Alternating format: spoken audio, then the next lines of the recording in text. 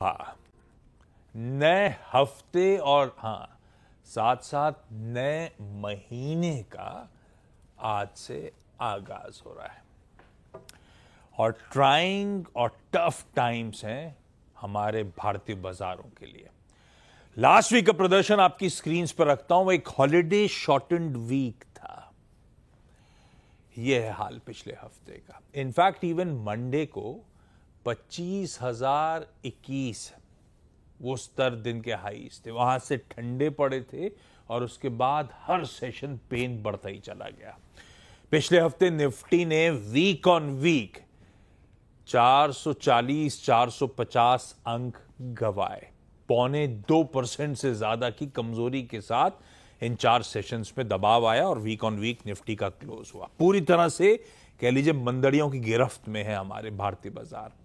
In fact पूरे हफ्ते भारतीय बाजारों ने निफ्टी ने लोअर लोस के फॉर्मेशंस दिखाए।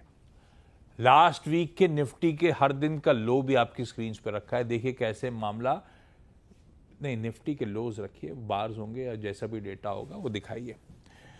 हर दिन वो प्रेशर लोज लाल में रहते तो बेहतर होता, लेकिन हाँ ये समीकरण बिगड़ते चले गए। फ्राइडे छठा स्ट्रेट ट्रेडिंग सेशन था जब प्रीवियस डे के हाईज के नीचे सेशन की समाप्ति हुई।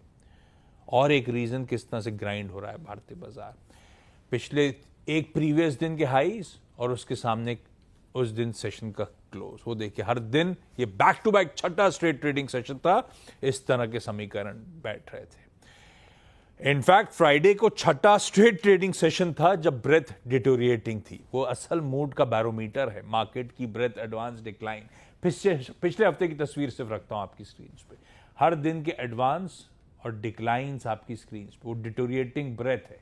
ये 6 दिन हो चुके हैं, मैंने सिर्फ कन्वीनियंस के लिए 4 दिन रखे हैं आपकी स्क्रीन पे।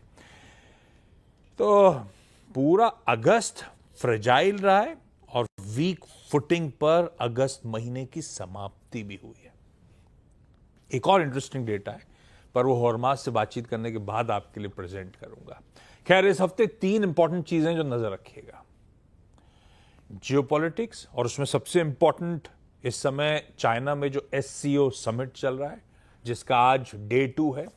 कल शी जिनपिंग साहब के साथ बायलैटरल टॉक्स हो गए इंडिया के, PM मोदी के।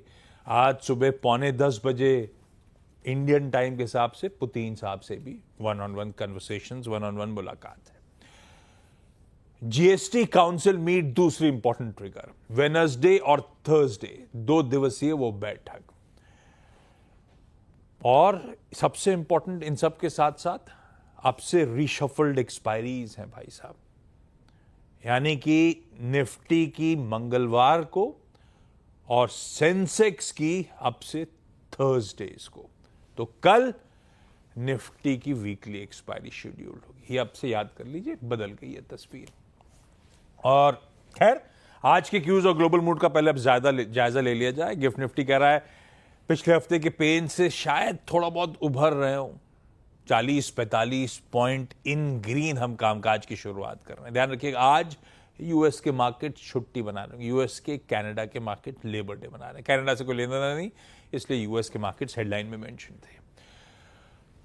लाइए ग्लोब पर नजर का स्टिंग, उसके बाद हॉरमास से बातचीत की शुरुआत करें। समझ लेते हैं समीकरण बैठ कैसे रहे। गिफ्ट निफ्टी हल्के हरे निशान के साथ ट्रेड करता हुआ।